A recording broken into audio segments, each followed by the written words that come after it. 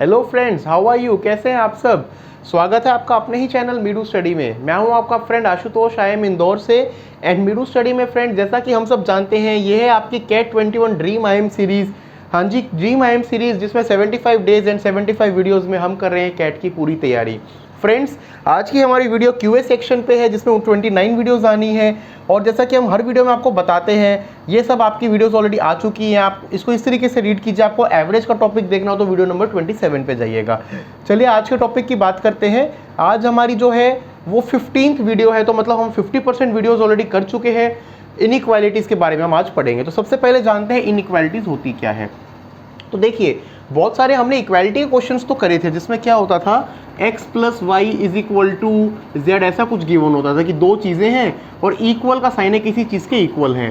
2x plus 3y is equal to 15, ऐसे given होगा। x और y को सॉल्व कीजिए।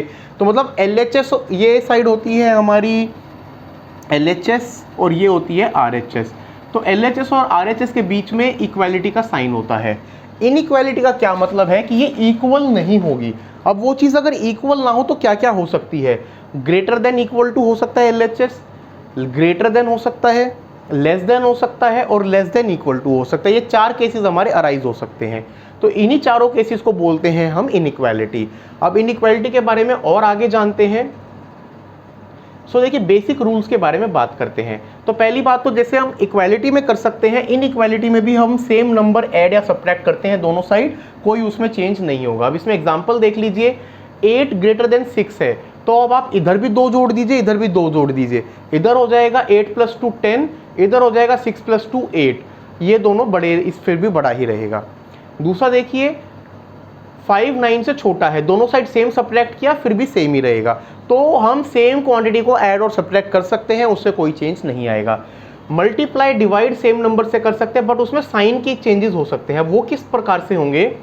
It will not change if number is positive. Number positive है तो साइन चेंज नहीं होगा। मतलब a ग्रेटर देन b है, दोनों को सेम नंबर से मल्टीप्लाई करेंगे तो साइन भी सेम रहेगा। बट अगर वो नेगेटिव है, तो अगर a ग्रेटर देन b था तो वो उस केस में साइन रिवर्स हो जाएगा। तो ये एक इंपॉर्टेंट पॉइंट है जो हमें याद रखने की ज़रूरत है।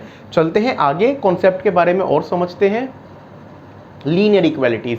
अब हम लीनियर और क्वाड्रेटिक इनइक्वालिटीज़ के बारे में पढ़ेंगे। तो लीनियर इक्वालिटी क्या होती है? हाईएस्ट पावर ऑफ वेरिएबल जिसमें 1 हो उसको बोलते हैं लीनियर। मतलब जो भी आपको वेरिएबल्स गिवन होंगे, x y z या जो भी, हाईएस्ट पावर 1 होगी, कोई भी स्क्वायर की फॉर्म में नहीं होगा। सिंपलेस्ट होती हैं एंड बेसिक एल्जेब्रा को हमें यूज़ करना आता है इनको सॉल्व करने के लिए। चलते हैं आगे, समझते हैं क्वाड्रेटिक इनइक्वालिटीज़ को। सो क्वाड्रेटिक इनइक्वालिटीज़ वो होती हैं जिसमें हाईएस्ट पावर आपके वेरिएबल की 2 होती है। तो मतलब अगर x वेरिएबल है तो x स्क्वायर होगा, y है तो y स्क्वायर होगा, z स्क्वायर, हाईएस्ट पावर ये होगी। तो मतलब इससे लो तो हो सकती है, x हो सकता है, ये हो सकता है और कांस्टेंट टर्म हो सकती है। अब इसको सॉल्व करने के स्टेप्स देखिए। सबसे पहले, make right hand size of inequality equal to 0।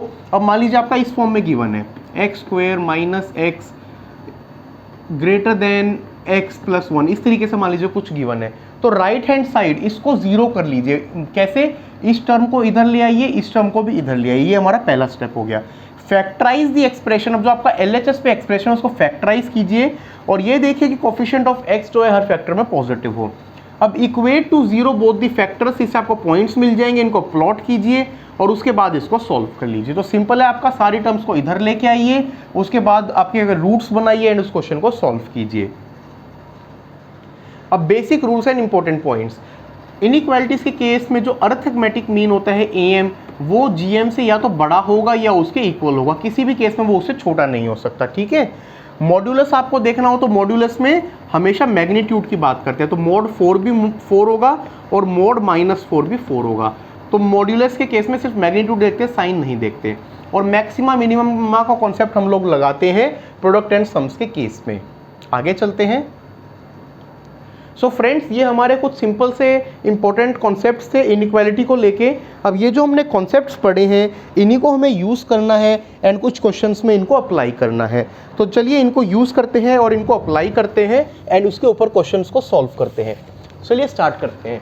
हमारा सबसे पहला फर्स्ट क्वेश्चन क्या कह रहा है? सो फर्स्ट क्वेश्चन कह रहा है, find the largest integer x which satisfies x + 2x - 1 whole square या एक्सप्रेशन लेस देन 0। अब देखिए इस एक्सप्रेशन में आपकी 5 टर्म्स हैं, 5 टर्म्स, उनमें से 2 क्वाड्रेटिक है और 3 आपकी लीनियर है, ठीक है। अब जो क्वाड्रेटिक टर्म्स होते हैं जिसकी पावर 2 हो वो तो ग्रेटर देन 0 ही होगा ना, लेस देन 0 हो ही नहीं सकता। तो आपकी ये टर्म और ये टर्म ये तो ऑलवेज ग्रेटर देन 0 होगी, इसको हटा दीजिए। इसके बाद आपके एक्सप्रेशन में क्या बचता है, बचता है x+2 into x minus 4 into x minus 3 और ये लेस देन 0। तो इससे हमें पॉइंट्स मिल जाएंगे, x की वैल्यू क्या आ जाएगी, -2 आ जाएगी, 4 आ जाएगी और 3 आ जाएगी। अब लार्जेस्ट इंटीजर ये कह रहा है, तो लार्जेस्ट इंटीजर जो इसको लेस देन वाले को सेटिस्फाई करता है, तो उस केस में हमारा करेक्ट ऑप्शन क्या होगा, इसमें हमारी क्या रेंज आ गई, इसमें हमारी रेंज आ गई -∞ से -2 और यूनियन 3,4। कोई इधर की भी कोई वैल्यू हो सकती है और यहाँ पे भी वैल्यू हो सकती है। Find the largest integer x that satisfies. तो मान लीजिए अब इसमें हम x को जो है अगर 4 रखते हैं, मान लीजिए फॉर एग्जांपल, तो हमारा क्या आएगा, ये 0 हो जाएगा, 4 - 3 1 आ गया और ये 6 आ गया। अब x को आप -2 रखिए, ठीक है। -2 रखने में क्या होगा, ये टर्म 0 हो जाएगी, ये -6 हो जाएगी और ये माइनस ये, तो मल्टीप्लाई करेंगे ये लेस देन 0। तो करेक्ट आंसर आ गया हमारा ऑप्शन नंबर सी जो कि है -2। चलते हैं अपने अगले क्वेश्चन पे। How many positive integer values can x take that can satisfy the inequality x - 8 10 12, मतलब 2 के बाद ये करता जा रहा है अप टू 100 लेस देन 0, ठीक है। अब देखिए अगर इसमें x की वैल्यू को हम 101 से ऊपर रखते हैं तो हमारी वैल्यूज़ क्या आएंगी, पॉजिटिव आ जाएंगी। किसी में भी आप रख के देख लीजिए, ऑल पॉजिटिव आ जाएगा ये, ठीक है। तो हमारे रिमेनिंग नंबर्स क्या हैं, हमारे x में, अब x को अगर हम 8 10 12 अप टू 100 रखेंगे, मतलब हम इवन नंबर्स रखेंगे, तो वैल्यू कितनी आएगी, 0, इधर आएगी ग्रेटर देन 0। और बाकी में हमारे क्या नंबर्स बचे, हमारे 1 2 अप टू 7 और बाकी जो ऑड नंबर्स हैं 8 to 99, ये सब बचे, ठीक है। अब इसमें केस वाइज कुछ केसेस को देखते हैं। अगर हम x = 1 रखते हैं तो सारी टर्म्स नेगेटिव हो जाएंगी, अब चेक कर लीजिएगा, सारी टर्म्स नेगेटिव हो जाएंगी। ऐसे ही हम जाके 7 तक करते हैं तो यही होगा, x = 1 से 7 में सारी टर्म्स नेगेटिव हो जाएंगी। अब आप रखिए 9 को, 9 में क्या होगा, 1 पॉजिटिव, ये वाली पॉजिटिव आएगी और बाकी 46 नेगेटिव। 11 को रखेंगे तो क्या आएगा, 2 पॉजिटिव 45 नेगेटिव। तो ऐसे करते करते अगर हम जाएंगे तो इस केस में हमें पता लग जाएगा। तो जो टोटल वैल्यूज़ हैं वो हमारी जो टोटल आ जाती हैं वो आ जाती हैं 23 वैल्यूज़ यहाँ से आ जाएंगी एंड 7 वैल्यूज़ हमारी जो है वो ये वाली थी। तो क्वेश्चन में टोटल आंसर हमारा आ जाएगा 30, जो इसको सेटिस्फाई करता है क्वेश्चन नंबर 2 का आंसर। चलते हैं क्वेश्चन नंबर 3 पे। हमारा थर्ड क्वेश्चन क्या कह रहा है, consider integers mn such that -3 less, तो m की रेंज जो है वो है -3 से लेके 4 तक, n की रेंज जो है वो है -8 से लेके 7 तक, और हमें मैक्सिमम पॉसिबल वैल्यू बतानी है m² + mn + n² की, ठीक है। अब इस तरीके के क्वेश्चन में ना हिट एंड ट्रायल करना चाहिए, ठीक है। तो m ये वैल्यू सबसे बड़ी कब होगी, जब बोथ m एंड n जो है पॉजिटिव हो या बोथ नेगेटिव हो, तभी हो सकती है। उस केस में ये स्क्वायर भी पॉजिटिव हो जाएगा एंड इधर भी प्लस आ जाएगा। अब हम 2 सिनेरियोज लेते हैं, m = -2 n = -7, इसको लेते हैं। तो इस केस में m को आप -2 रखिए, n को -7 रखिए, तो इस एक्सप्रेशन को सॉल्व करेंगे तो आंसर आ जाएगा 67, ठीक है। ऐसे ही m = 3 रखिए, n = 6 रखिए, इस केस में जो इसकी वैल्यू आ जाएगी वो 67 से कहीं ना कहीं कम आएगी। तो आप कितनी भी वैल्यूज़ रख लीजिएगा, आपको सबसे जो बड़ी वैल्यू मिलेगी वो पॉसिबल 67 ही मिलेगी। हिट एंड ट्रायल से इसको सॉल्व करते हैं। चलते हैं फोर्थ क्वेश्चन पे, question number 4। Consider 3 distinct points integers a, b, c less than 100 if mod of a minus b plus mod of b minus c is equal to mod of c minus a। तो देखिए कभी भी हमें mod of q minus p given हो ना, तो वो क्या बताता है हमें, वो हमें बताता है distance between p and q on number line, ठीक है। और mod of p minus Q इसके बराबर ही होता है, क्यों, क्योंकि डिस्टेंस तो कहीं ना कहीं सेम ही रहेगा। तो अब इस क्वेश्चन में हमें क्या कह रहा है, mod of a minus B, मतलब a और b के बीच में distance, plus mod of b minus C, b और c के बीच में डिस्टेंस, किसके इक्वल है, सी और ए के बीच में डिस्टेंस में इक्वल है। सो मतलब इस ये कब पॉसिबल होगा, जब पॉइंट बी जो है वो सी और ए के बीच में हो, तभी पॉसिबल होगा ना। ए और बी का डिस्टेंस प्लस बी और सी का डिस्टेंस ए और सी के डिस्टेंस के इक्वल, ये आप लाइन पे प्रेजेंट करेंगे तो ये तभी हो सकता है।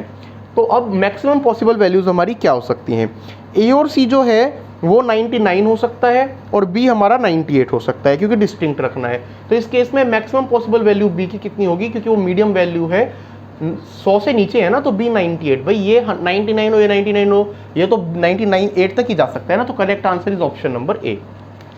चलते हैं अपने फिफ्थ क्वेश्चन पे। Find the range of X where mod of mod x minus 3 minus 4 mod is greater than 0। यहाँ पे दो मॉड्यूलस गिवन है, ठीक है। तो हमें मान लीजिए कोई इक्वालिटी गिवन हो, इसमें दो इनइक्वालिटीज हमारी हो जाती हैं। पहले हम एक मॉड को ले लेते हैं, इधर लिखते हैं उसको, mod of x minus 3 minus 4 greater than 3, correct. और एक दूसरा लेते हैं mod of x minus 3 minus 4 less than minus 3। चलिए अब इनको सॉल्व करते हैं। ये कितना हो गया हमारा, ये हो गया mod of x minus 3 minus 4 greater than 3, that implies mod of x minus 3, इसको इधर लेके जाएंगे 4 को तो क्या हो जाएगा ग्रेटर देन 7। सो x माइनस 3 ग्रेटर देन 7 और x minus 3 less than minus 7। सो इसकी वैल्यू इससे आ जाएंगी x लेस देन माइनस 4 या फिर x ग्रेटर देन 10। तो x किस रेंज में लाई कर रहा है, माइनस इन्फिनिटी से माइनस 4, मतलब माइनस 4 से छोटा है या 10 से बड़ा आ रहा है। तो पहले वाले को सॉल्व करके हमें ये वाला पार्ट मिल गया। बट अभी हमारा एक और मोड का पार्ट भी है, mode of x minus 3 minus 4 less than mode minus 3। तो इससे हमें क्या मिल रहा है, इससे हमें मिल रहा है मोड ऑफ x माइनस 3, इधर लेके जाएंगे तो ये प्लस हो जाएगा, लेस देन माइनस 1।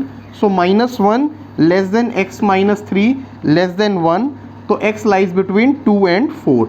तो इससे हमें 2 एंड 4 मिल गया। तो दो रीजन्स हमें यहाँ मिल गए, एक रीजन यहाँ मिल गया। अब हम ऑप्शंस देखते हैं, माइनस इन्फिनिटी टू माइनस 4 और 2 और 4 और 10 टू इन्फिनिटी। ऑप्शन डी में हमारे ये तीनों रेंजेस मेंशन्ड है, सो वो हमारा करेक्ट आंसर हो गया। Correct answer is option number D.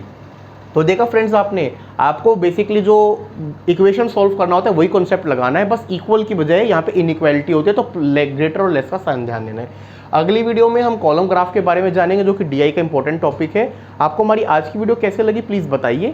कोई भी कंफ्यूजन और डाउट हो फ्रेंड्स प्लीज़ मत शर्माइएगा, एंड हमारी वीडियो में कमेंट सेक्शन में बताइए। ये हमारी मेल ID meedu.study@gmail.com पे हमें बताइए। अच्छा लग रहा है तो प्लीज़ लाइक कीजिए, शेयर कीजिए, सब्सक्राइब कीजिए। Thank you, take care, good day.